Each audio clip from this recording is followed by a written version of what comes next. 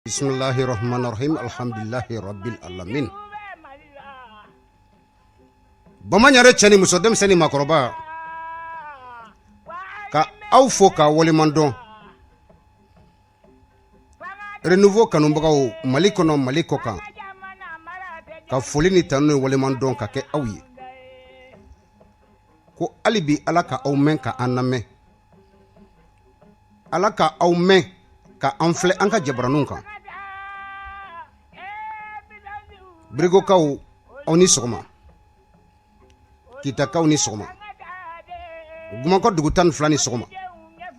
kita komini bisaba ani saba oni sogma karta kaw mbaw fo fladugu kaw fo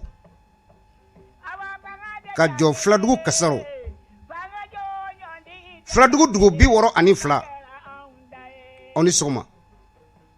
aw be ka aname yoro yoro malikono kata se maliko kanama aw ka sogma da fe foli fle fladugu seko ani donko apekaf anyemaba Mamadou Zoumana Sidibé ani apekafu tondem belajele awni sogma radio Nema FM Kasaro a technicien na animateur belajele ka awfo anga chakroba tloba na Kasaro sambu jagite do koko samuni do zongoni fobala ngana do Kasaro amba fo anaka demo ya ubeka aname kabo Kasaro kase kati katika oni sogma katika oni sogma nine gongo kati abe mirjigi donte menuna kati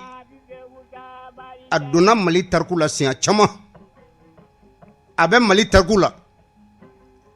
abna to mali tarkula douane commandant Fodé Konebe ko alaka kanuto mon commandant o douane kele na brigade commerciale la Amen Dumbo ana jenyon be oni sogma kati kan sunjeta Keita surasu oni sogma nimbe kati mbe gendarme fo ka garde nationale fo kati ka police fo oze fora manyina uluko manyina donyo ko sapeur pompier tiglamogo ka aw belajelen fo ka aw wole mando mali kono mali ko kan mali glo masri tabaw aw ka cheba do sigile fle aw kanumbaga do sigile fle aka jabete so ka ke finintigi ya nyanyini seni mbolo la ka dese ne Kongo ala ka daka o don janako munu gartiga donala nu ya nyini faso kanu kama u ya nyini faso lakana kama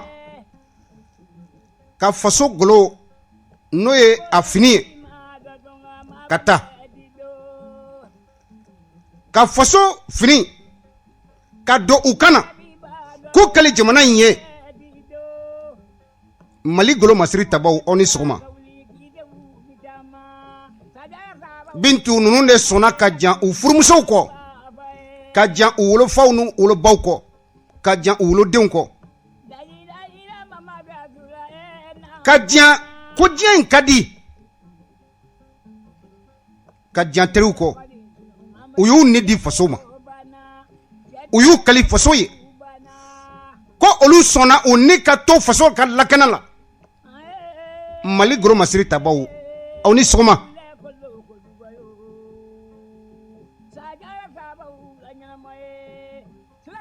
aw boye denwolo de awni sogma ko mali surasiw ni gendarme ni gardu kata se a police na doya ni protection civile mogoma che farundo mbe aw fo kenen kono o che bado be samba fla anita ani fla kono janfa min ni amba kono no mali janfa min na sere me malima ni Mali marabagaw a wagati la u ye bolo biri anw ɲala ni Mali marabagaw a président fɛn o fɛn tɛmɛna bɛɛ lajɛlen ko ko Kidal ko n'o ye an ka kɔrɔyanfan ye u y'a dilan u ka dilancogo la fasodenw ma bɔ tiɲɛ kalama san 2012 belebele ninnu nana an balakaw ne bɛ aw fo aw minnu sɔnna ka kɛ n bɛ se ka fɔ tan an balaka minnu sɔnna ka kɛ firiyatɔw ye aw minnu sɔnna ka di Ala ma k'aw denw tora fasoko de la ko aw y'a ta ni Ala ye ne baw Kati n b'aw fo sɔrɔsimusow ka segin ka aw fo ka dɔn ka fɔ ko ne cɛ tora faso lakana de la a y'o de kanu a ka diɲɛnatigɛ o boli la ne furula a ma n sɔnna an ye denw sɔrɔ n sɔnna ne cɛ tɛ bolola bi mais ne n t'a da Ala kan sabula a bɛ na don min layidu min tun bɛ ani Masaramani cɛ o de nin n baw ne bɛ aw fo les veuves des militaires n baw aw ni sɔgɔma cɛbaw bɛ Kati 2012 général de corps d'armée Amadou Aya Sanogo n'a ka jama aw ni sɔgɔma belebele a bɛ k'a lamɛn commandant Christophe Dambele a bɛ Kati sanga in kɔnɔ a n'a ka denbaya madame Dambele Fatumata Daw a bɛ lamɛnni na a n'a ka denbaya Kati commandant lieutenant Segna Sibi mon lieutenant i ni sɔgɔma madame Sibi Umundiko Ala ka kanu to an ka cɛkɔrɔba bɛɛ Kati a bɛ lamɛn na sanga in kɔnɔ adjudant chef à la retraite Mayan Samake a n'a ka denbaya bɛɛ lajɛlen Mayan ko Ala ka kanu to direction centrale du service des armées belebele in dalen bɛ capitaine Abdraman So a n'a jɛɲɔgɔnw DCS a la Kati aw ni sɔgɔma Katikaw ka segin ka aw fo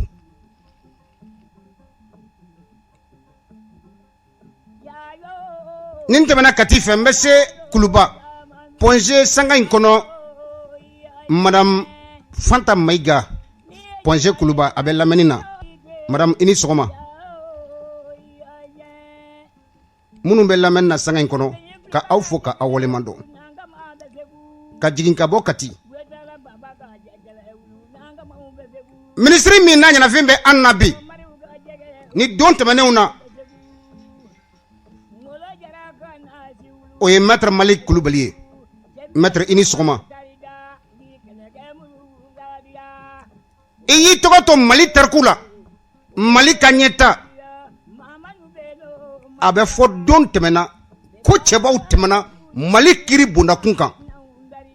bilahi kana ka fantanw ɲɛji cɛ kana ka fantanw ka hakɛ ɲini maître Maliki Kulubali a nana don département in na a nana ni objectif fɛn o fɛn ye n bɛ se k'a fɔ wagati ma da a ma a ka a laban a ye belebele kala sabula a y'a yira maliyɛnw na an fantanw na ko ja ko maa bɛ an bolo ko min bɛ an jigi sigi maître Maliki Kulubali ni sɔgɔma nin ye an don kan sɔgɔmada in na sori tɔgɔ bɛɛ lajɛlen ni sɔgɔma nin ye an kanubaga belebele ye Sadio Sidibe Mamadou Zumana Sidibe ka ye gouverneur kɔrɔ do Kalabankɔrɔ a bɛ lafiyalibɔla sanga in kɔnɔ a bɛ ka an lamɛn madame Sidibe Fatumata Dumbuya madame Sidibe Awa Dumbuya madame Sidibe Bajalo Jakite fo Paris aw ni sɔgɔma ka hakililajigin kɛ ka kɛra cogo di kunɲɔgɔn in kɔnɔ an ka jamana kɔnɔ madame Kulubali Bintu Nabo ale tɛgɛ bɛ nɛgɛ la ne Sori Ibrahima Diallo mbɛ kumaso belebeleba in kɔnɔ Renouveau sanfɛ yan an ka kalandeni Madame Kumba Kuyate a se ma se kɛnɛ kɔnɔ ka sababu kɛ an ka denkɛnin kelen bɛ yen ka fɔnya bala ale fari mana la an bɛ dugawu don kɛ Ala ka bana segin kɔ ka bana in ban pewu o de kɛra sababu ye aw ma kuma kan bɛ sɔgɔmada in na Madame Kulibali Bintu Napo ne sɔrɔ Ibrahima Jalo an bɛna jɛ ka baro kɛ sanga in kɔnɔ kibaruya jumɛn bɛ jamana in kɔnɔ dɛ ka kuma di aw ma tiɲɛ ka fɔ faso ka jɔ cɛbaw bɛ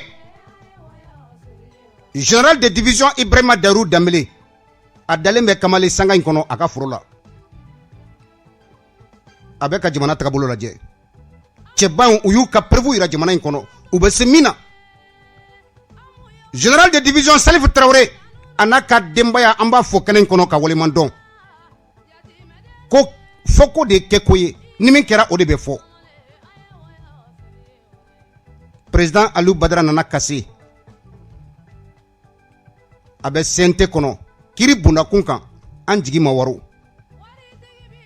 Mohamed Dramane Traoré Klobanna chargé de mission au ministère de la justice garde des sceaux an hakili sigilen don sabula maladiriw de bɛ an ka kiri bunda Kunkan bi an tɛ sɛgɛn an tɛ sɛgɛn an tɛ yogoyogo syndicat libre de la magistrature aw ni sɔgɔma syndicat autonome de la magistrature aw ni sɔgɔma ko maladiriw nana kiri ɲafɛ kiri min ni an fantanw bɛ kule la su fara tile ka ko an y'an ta to Ala ma n bɛ aw fo maa caman sugantira maître Malik Kulibali fɛ ka sababu kɛ maa minnu bɛ yen ni olu bɛ an ka président de tribunaux ya wula bi sanga in kɔnɔ n'olu ye procureur ye n'olu ye greffier ye ni président de tribunaux ka taa se greffier ma ka taa se procureur ma ka taa se substitut ma Malik Kulibali kiiritigɛla 500 ani kɔ a ye maa 325 a y'u bila place la place min maliyɛnw bɛ se k'a fɔ ko tare fantani bɛ se ka a fɔ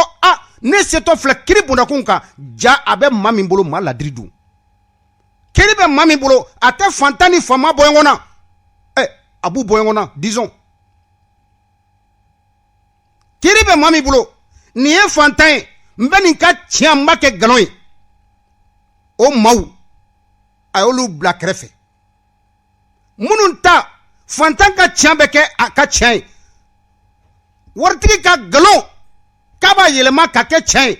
maa min a tɛ sɔn o ma olu maaw olu de b'an bolokɔrɔ kiiri tigilamɔgɔw an bɛ aw fo aw ka ladiriya la ja an maliyɛnw fantanw an bɛ se k'a fɔ ko tare n balimaw ni ye an dɔn ka ye sɔgɔmada in na transition président de la transition colonel Bandaw n'a ka jama Mokhtar Wane n'a ka jama ka aw fo ka aw waleman dɔn ja maliyɛnw wulila kun min na nkalon min n'a kun yiralen bɛ anw na Kidal ni san 2013 n'an y'an tɛgɛ si Ibrahim Boubacar Keita la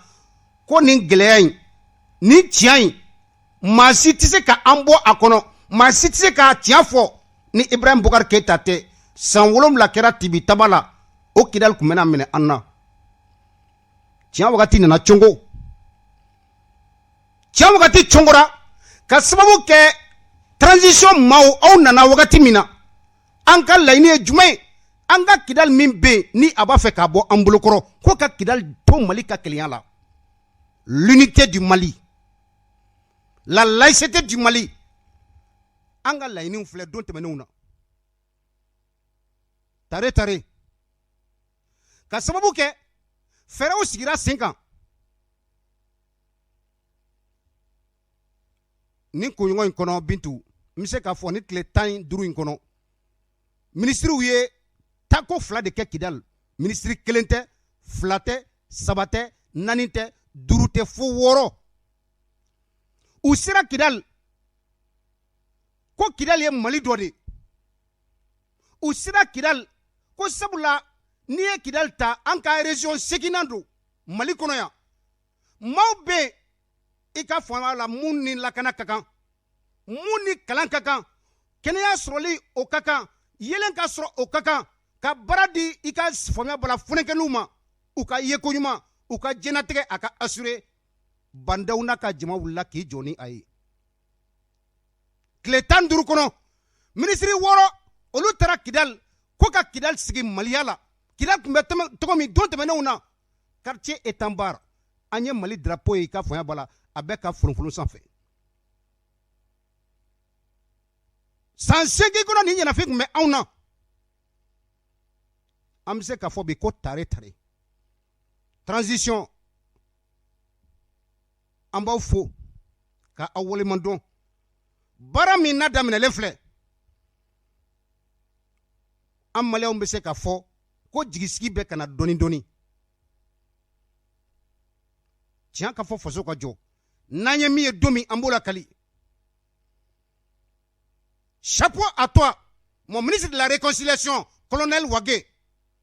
kɛnɛ in kɔnɔ i ka wuli ka jɔ barika bonyana nin bɛ se ka si sen kan cogo min na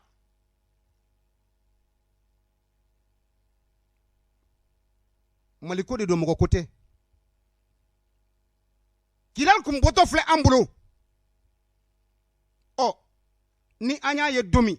k'a fɔ ko Mali fanga nana fanga min sigi k'a fɔ a y'a ta ba la ko Mali ka to kɛlɛya la an bolo an bɛ aw fo hali n'a jukɔrɔla bɛɛ ma ɲɛfɔ mais a y'aw jija accord min bɛ yen n'a bɛna appliquer accord nin a y'a ɲɛfɔ maliyɛnw ye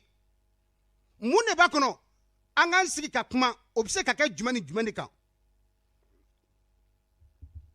laɲini filɛ dɛ ka masa Ramani deli ko a ka sira yira an na sira min i ka faamuya bala ni a bɛ se ka kɛ sababu ye ka an bɔ gɛlɛya kɔnɔ Alahu Taala ka deli o ye an ma wajibi ye sabula an nakun don Bintu Amadu ni Mariam don tɛmɛnenw na a gɛlɛyara kosɛbɛ u ye Ala deli ko Ala ka sira yira u la an fana maliyɛnw an bɛ Ala deli Amadu ani Mariam olu ka deli kɔfɛ sira ka yira u la an fana maliyɛnw bɛ sira Alahu Taala deli a ka sira yira anw na an bɛ se ka bɔ sira min fɔ ni n bɛ nin morceau in lamɛn a bɛ miiri jigin capitaine Amadu Konare la an ka sɔrɔsi cɛ in belebele don sɔrɔsiya tɛmɛnen kɔ Ala sira a y'a kanu kosɛbɛ an b'a fo sanga in kɔnɔ Bakɔ Jikɔrɔ ni ACI 2000 la a n'a furumuso madame Konare Lafiya Jara u bɛ lamɛnni na sanga in kɔnɔ ko ni sɔgɔma capitaine Amadu Konare folen kɔ n'an bɔr'o kɔnɔ Bintu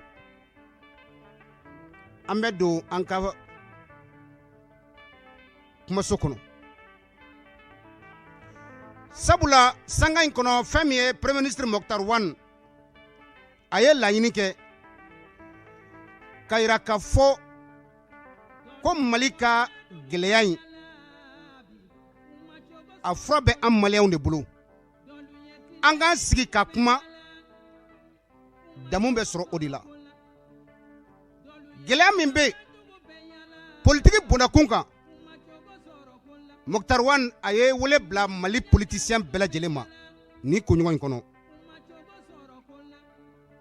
min ma deli ka kɛ coup d'état kɛlen tile kana bila bi ma o ye k'i soni sigi M5 RFP politicien minnu yɛrɛ bɛ o kɔnɔna la ani jɛkulu minnu bɛ a groupement a mouvement a association wele bilala bɛɛ lajɛlen ma k'u kana an k'an sigi ko an k'an sigi an ka kuma mun de kan Mali sabula n'a fɔra ko Mali an maliyɛn minnu bɛ a kɔnɔ anw de ko don sira jumɛn bɛ yen an bɛ se ka kuma kan ni a kɛra sababu ye n'a bɛ kɛ sababu ye sanka ani wagati bɛɛ lajɛlen ka gɛlɛya wuli jamana in kɔnɔ jamana maracogo la o ye min ye o ye an ka kalafiliw ye Mokhtar Wane le premier ministre a ye wele bila politiciens ma ka kuma d'u ma k'u lamɛn a Bintu nin don an miiri tɛ politicien na Mali kɔnɔ ko min ma se a kɛnɛ kan minnu ko k'u tɛ kuma minnu ko k'u tɛ sigi ni premier ministre tɛmɛnenw ye u bɛɛ lajɛlen sira kɛnɛ kɔnɔ ko an ka kuma sabula an welelen don ka kuma min kan n'o ye an ka kalafiliw ye o de kɛra sababu ye don tɛmɛnenw na ka Ibrahim Boubacar Keïta ka fanga ka yuguyugu ka Ibrahim Boubacar Keïta ka fanga kɛ ɲugutɔ fanga ye ka Ibrahim Boubacar Keïta yɛrɛ kɛ ɲugutɔ ye don tɛmɛnenw na a ka kɛwalew fɛ ɔ n'a fɔra ko aw kana an k'an sigi ka kuma o kan o ye Mali ko de maa si ma to kɔ maa caman tun bɛ kɛnɛ kɔnɔ n bɛ n sɔnni sigi maa 2 kan Moribo Sidibe a ye min ma gɛlɛya Mukutari Wane ma a ko k'a fɔ Mali kɔnɔ min ɲɔgɔn ɲalen don o ye sariya sɔsɔ ye ko maa kelen tɛ se ka maa miliyɔn o niyɔrɔ ta k'o ta k'o kɛ a ta ye ka taa étages jɔ ka taa mobiliw san ka taa musow furu fo 5 bilayi k'i sigi ka kɛ foyi ten o tigilamɔgɔ o tɛ wele o tɛ ɲininka kiri tigilamɔgɔw t'u wele faso ta min talen don a tɛ sara a tɛ taa kaso la ko tiɲɛna ko ɲɔ ɲalen bɛ Mali kɔnɔ o ka dabila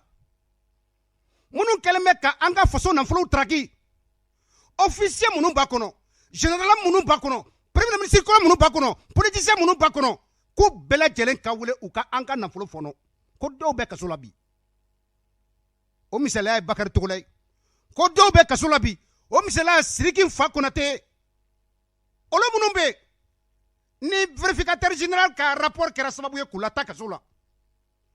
o vérificateur général ka rapport a bɛ faso den caman de kɔ kan politiciens b'o la premier ministre kɔrɔw b'o la olu bɛ min u tɛ kaso la u ma wele ka ɲininka ko kuma ko fasoden dɔ ka fisa ni fasoden dɔ ye wa impunité ka dabila jamana kɔnɔ jamana kɔnɔdenw kiri bondakun kan an ka kɛ kelen ye kiri tigɛlaw ɲakɔrɔ kiri tigɛlaw ko k'u jɔ u jɔyɔrɔ la Moribo Sidibe a ye nin kuma fɔ dɛ Cɛmɔgɔ Sangare ale bɔra ka kuma ta ko ni an b'a fɛ an bɛ jɛkulu min kɔnɔ n'o ye UMOA ye ko hali bi ko an ka institution ma dafa ka sababu kɛ institution kelen bɛ yen hali bi ni se ma kɛ o ma ko ale dalen t'a la ni a mɔgɔw sugantilen walima n'a bɛ baara la o ye la Cour des comptes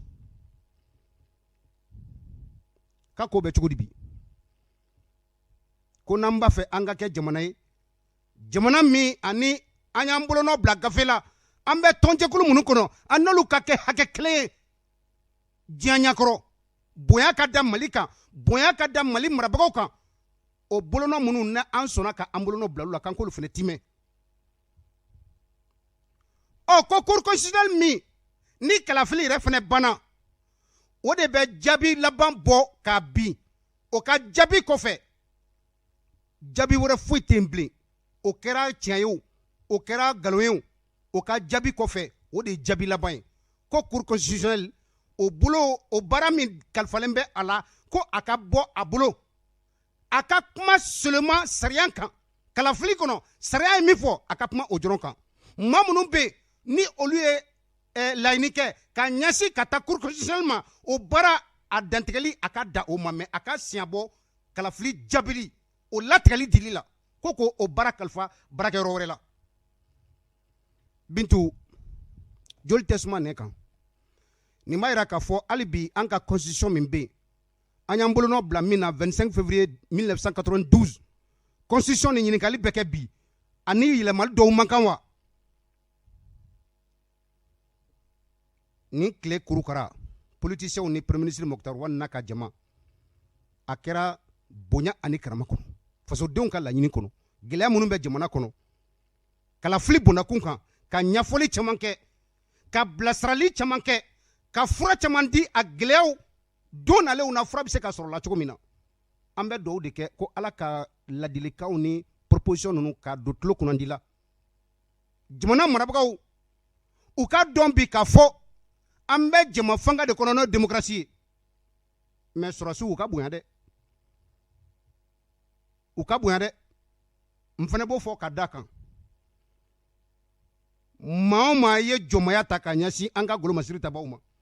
Mali kɔnɔ maa damadɔw bɛ yen en tout cas ne y'o fɔlɔ ye i bɛ n sɔrɔ i ɲɛfɛ i n'a fɔ jumɛn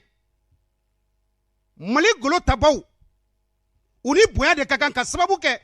u sɔnna k'u ni di faso in ma ka diɲɛ nafolo kɔ ka diɲɛ u wolodenw kɔ ka diɲɛ u furumusow kɔ ka diɲɛ u fa n'u baw kɔ ko olu ka ni a ka to fasoko la olu jɛnna n'o ye ni faso in n'a bɛ kalan n'a bɛ lakana mugu ani kisɛ la n'a bɛ lakana su fara tile kan olu y'u ni di bɛɛ de bɛ sɔn ma ka mobili climatiselen to yen ka bureau climatiselen to yen ka sɛworow farafaralen surɔfana la daraka la k'olu to yen an ka sɔrɔsiw n'o ye an ka golomasiri tabaw ye n bɛ se k'a fɔ tan olu dun jɛnna nin bɛɛ lajɛlen kɔ k'u ni di faso ma ni faso baara daminɛna ni an bɛ Mali kura min nɔfɛ san 27 an bɛ se k'a fɔ an b'a kɔnɔ mun yɛlɛmana politiciens de bɛ ka jamana in mara ni an mako bɛ Mali kura la sɔrɔsiw nana ko ka yɛlɛma kɛ Mali kura ka sɔrɔ fasoden fantan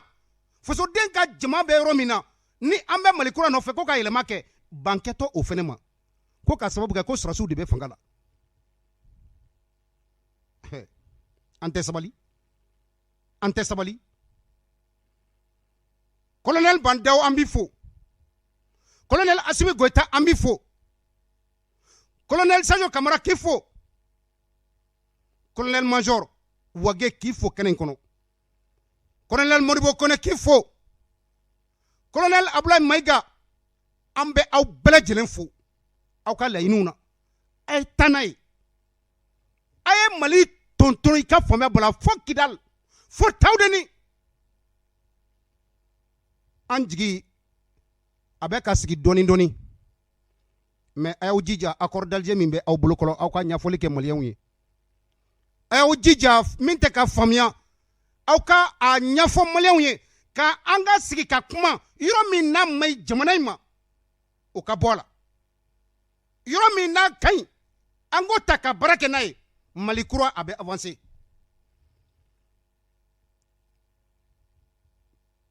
n balimaw n bɛ kuma di aw ma ka yira k'a fɔ nin bɛɛ bɛ bɛn de ko fɔ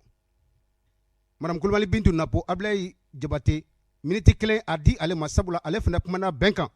ko an ka bɛn an maliyɛnw an yɛrɛ dama n'an sɔnna an bɛ bɛn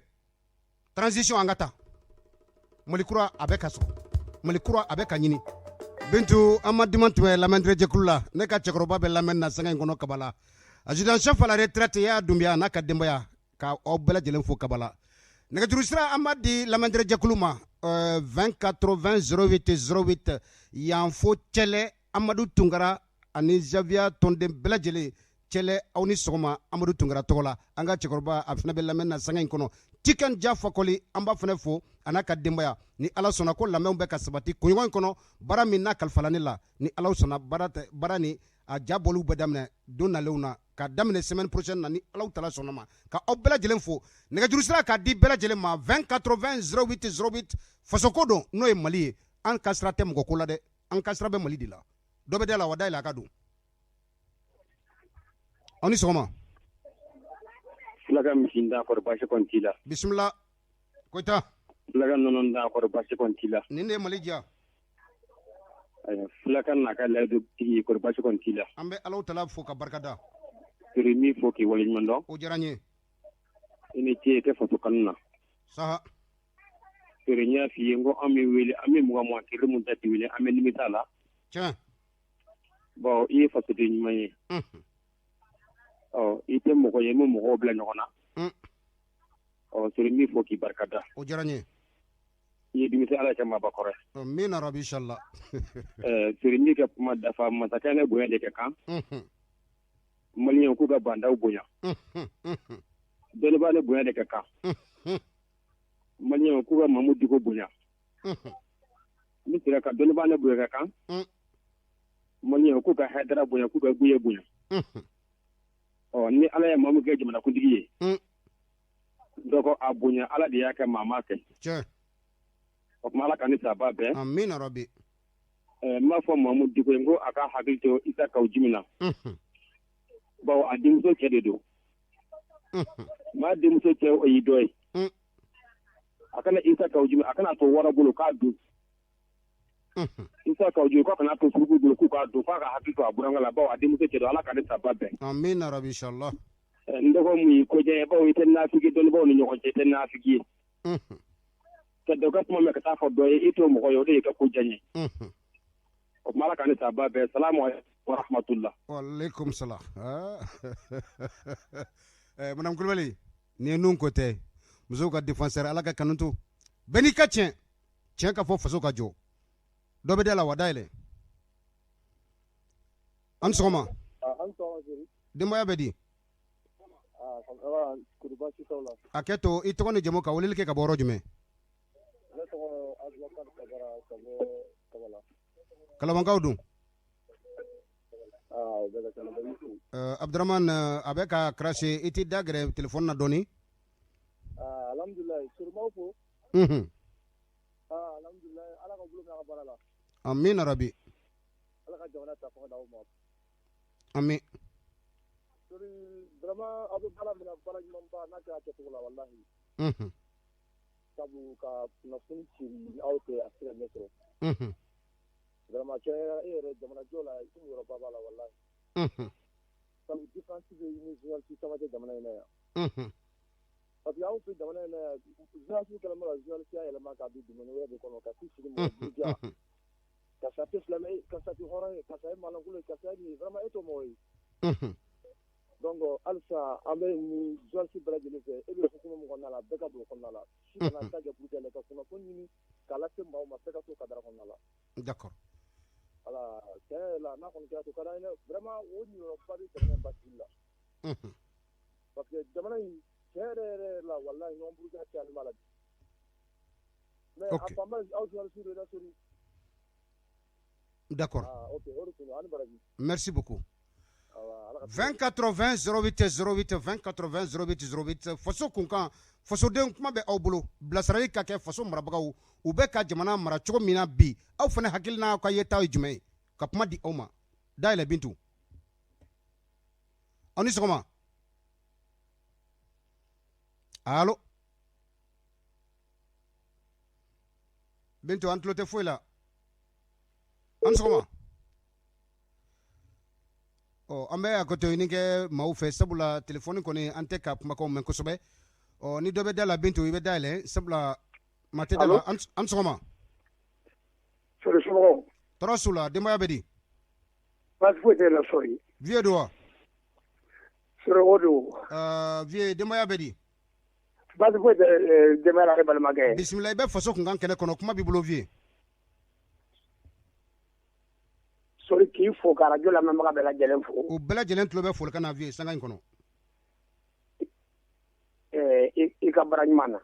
a diyara n ye ka foli lase kɔrɔbugula ma kosɛbɛ kɔrɔbugula tulo bɛ folikan na fari mana la an bɛ dugawu kɛ ko ala ka bana ban pewu amina yarabi sori kuma b'i bolo vieux sori ne e yɛrɛ sori kɔni Mugutari wari bɔra sɛbɛnni kɔnɔ ka parti politique mɔgɔw wele vieux terimaw b'o kɛ ɲɔgɔn na i bɛ ka yɛlɛ masɔn wɛrɛ in na wa ayiwa sɔrɔ ba an ka ye kelen de ye an fila bɛɛ ma de don ko sori i kana to Amadu kan mɛn dɛ ok n y'a mɛn sori ok d'accord kuma b'i bolo vieux sori a ye baara ɲumanba de kɛ ka parti politique mɔgɔw wele politiciens wele ka fara ɲɔgɔn kan sori a ɲɛna kojugu sori an kana ɲɔgɔn nɛgɛ jamana tɛ se ka jɔ parti politique mɔgɔw an kana ɲɔgɔn nɛgɛ dɛ a ma fɔ ko fanga fɛnɛ ni mara tɛ se ka di sɔrɔsiw ma mɔgɔ si m'o fɔ mais k'an to démocratie de kɔnɔ an bɛ diɲɛ wagati min na ko ka politiciens de écarter k'u ka bɔ jamana ko la sori bɛɛ b'a dɔn a tɛ se ka kɛ cogo si la fo ni mɔgɔ min ka jateminɛ ka dɔgɔ fanga la nya ye mo chama wo ana ko ai se mo la to parce que ama fa mi mo di ni no mais afika ke munu maya la sori ni mo munu maya na ayere de be jetim na ke sa fanga be mo ba jetim na de jole kai jole mai donc ni mo mi ma o tri se mo bo fanga ko ta politicien ko o ta France ko sori so ta faso ko se ka faso ko lawo mais akana kele te ko a devenu écarté te ko bois la 4 ko ti fena ko lo mani karfa o se ka ke sori bismillah ate fɛn fɛn bɛ kɛ jamana nin kɔnɔ a kɛra an bɛɛ de ɲinɛ yan nɔ i sɔrɔsi o i sibiri o a kɛra bɛɛ de ɲinɛ sori kosɛbɛ hali n'a sɔrɔ a ko dasɛgɛ tun tɛ bɛɛ bolo n'a sera k'o kɛ sori a ɲana bi a ɲana sini wa hali bi ala ka a tɔ ala ka jisuma k'a fura ye amina rabi inshallah sori kidalitɛga laɲini min b'a ko kɔnɔ an ye fɛn min ye ala k'a ko ye sori ala kana fɛn wɛrɛ k'a dugu ma amina rabi inshallah ala k'a ko ye sori ala kana fɛn wɛrɛ k'a dugu ma mais sori ma se ka yɔrɔ dɔ faamuya e ne bɛ se ka ɲɔgɔn bilasira n balimakɛ kɔsa na bandaw bɔra a taara faransi a taara faransi don min ou bien a n'a don n'a dugusɛjɛ cɛla an y'a ye ministre wɔɔrɔ taara Kidali bon sori hali ɲamara sigi dɔ fana kan ka kɛ ɲamina a tɛna mɛn n t'a dɔn sini ou bien sini ŋɛnɛ an ɲɛ b'o la wagati kelen bɛɛ Mali drapeau taara février Kidali n'an bɛ min fɛ ni sigi nin banna k'an ta fɛ Mali drapeau kɛ lajɛ ka bɔ Kidali tiɲɛna an t'o de fɛ ni ala sɔnna ma inshallah a taara de mɔgɔ wɛrɛ ma n kelen kana kuma monopoliser a kana kɛ stratégie ye dɛ sori ko a bɛna biri an t'o kɔni fɛ dɛ ni ala sɔnna o de tun bɛ fɛ sori ne balimakɛ ala ka tile yɛrɛ d'an bɛɛ lajɛlen ma merci beaucoup Sidibe ala ka kanu to madame Kulibali Sajan Konare mɛnna da la i bɛ hakɛ to ka miniti 2 di Sajan ma k'a bɛ ka weleli kɛ ka tɛ ka don Sajan ni sɔgɔma denbaya bɛ di Espagne kaw i bɛ faso kunkan kɛnɛ kɔnɔ kuma b'i bolo Sajan u tulo bɛ folikan na u bɛɛ lajɛlen tulo bɛ folikan na an bɛ ala fo ka barikada an ba bisimila ne b'a fɛ k'o kuma in ɲɛsin sɔrɔsiw yɛrɛ de ma fɛn min ye bandaw n'a ka jama ye ko an t'aw dɔn Mali cila ye dɛ an t'aw dɔn Mali tilala ye bon an b'aw dɔn sɔrɔsiw de ye Mali kumabɔli de don kosɛbɛ nka an t'aw dɔn k'aw bɛna Mali ci fila ye dɛ bon ala kana'u ci o la u kana u k'u sen b'o ko in na inshallah fɛn min ye wabe ye ko wabe ale n'o ye sɔrɔsi bayirika de dalen bɛ Mali kɔnɔ ye a n'o ye sɔrɔsi bayirika de fana tɛmɛna Mali kɔnɔ yan tiɲɛ kɛlɛ min kɛra kɔrɔfɛla fɛ bi ko tɛ dɛ an y'a fɔ a ye accord ko ni accord yɔrɔ min ma ɲi a y'a ta ka taa bila assemblée kɔnɔ a k'a ɲɛ jira fasodenw na ni min ka ɲi bɛɛ ka jɛ k'o kɛ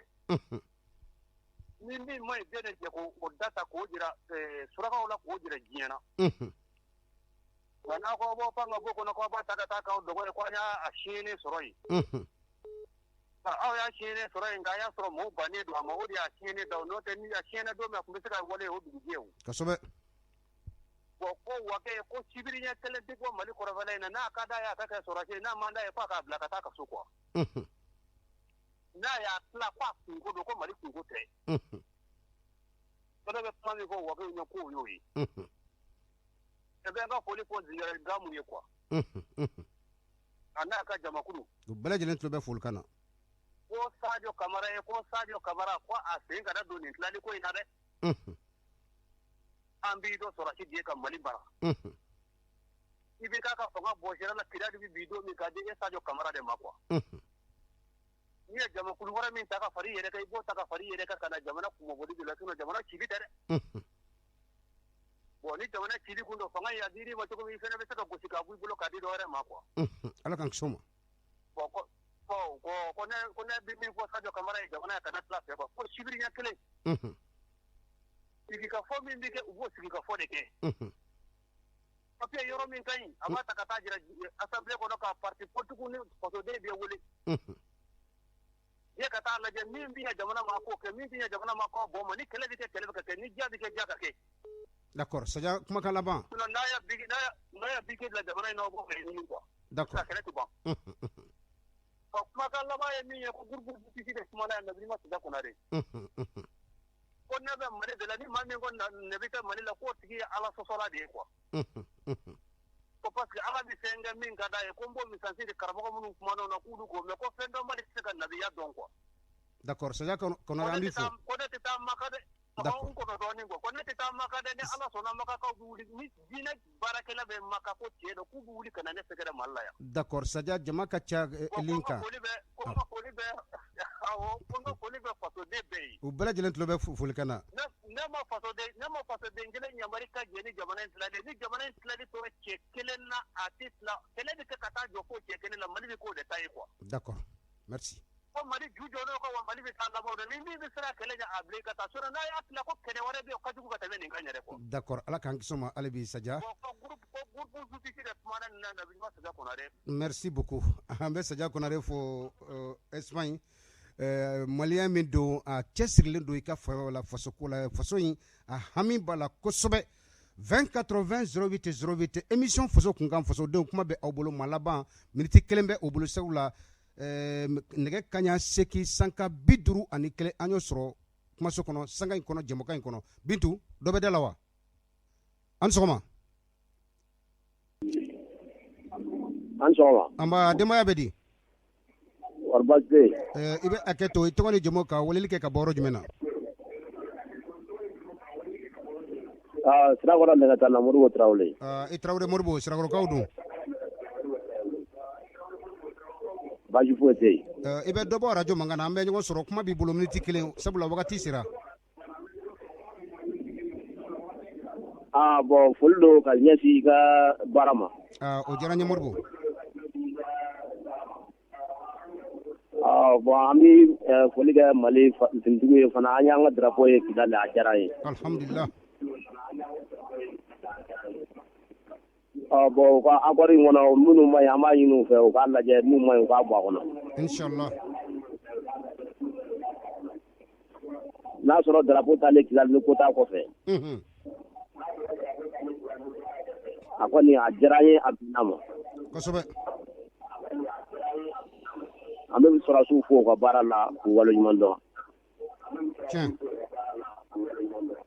parce que jamana tɛ se ka jɔ olu kɔ d'accord Modibo kumakan laban jumɛn ye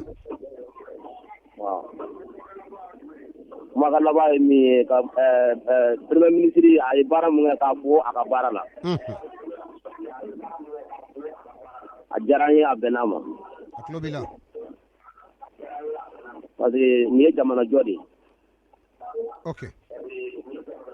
parce que jamana tɛ se ka taa parti politique mɔgɔw kɔ d'accord Modibo a faamuna o y'an ka foli ye ka ɲɛsin i ma merci beaucoup ala ka kanu to amina rabi ni baraji amba madame Kulibali Bintu Napo Modibo Tarawele ale tun bɛ ka weleli kɛ ka bɔ Sirakɔrɔ Megitana ne terikɛ yɛrɛ a bɛ sanga in kɔnɔ fɛn min ye Mamari Tarawele Sirakɔrɔ Megitana an b'a fɔ a n'a ka denbaya bɛɛ lajɛlen a n'a jɛɲɔgɔnw ka deli masaramani fɛ hali bi ala ka kanu to k'an ka tɔrɔmabɔ ka so senu fɛn min ye yara service la Musa Mariko bɛ yen ka fɔ kɛnɛ in kɔnɔ ka waleman dɔn Mayanbugukaw an sera aw fɛ sanga in kɔnɔ Labas Jirana ka denbaya Madame Jire Kaja Jalo Madame Jire Awa Mayiga Madame Jalo Fatumata Dumbuya o tulo b'an na ka taa se Madame Mayiga Awa Dumbuya Mayanbugu concession rurale ka taa se docteur Mayiga